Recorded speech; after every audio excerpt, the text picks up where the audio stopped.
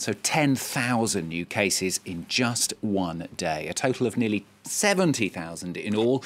Warnings that those figures are probably vastly underestimated, and the number of deaths in the US from coronavirus now put at 1,031. The stark figures from the US providing evidence to claims from the World Health Organization that the country could well soon become the new epicenter of the virus. Monte Francis has this report.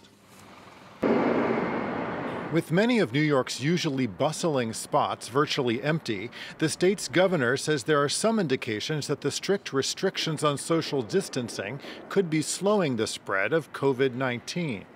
This past Sunday, the projection was that hospitalizations were doubling every 2 days. On Tuesday, the projection suggested that the hospitalizations were doubling every 4.7 days.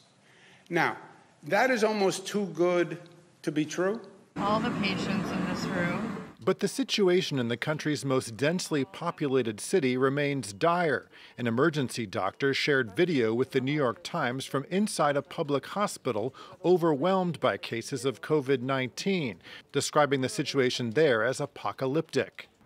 With 200 dead in New York alone, state officials have warned there's a need for thousands of additional ventilators as more serious cases come in.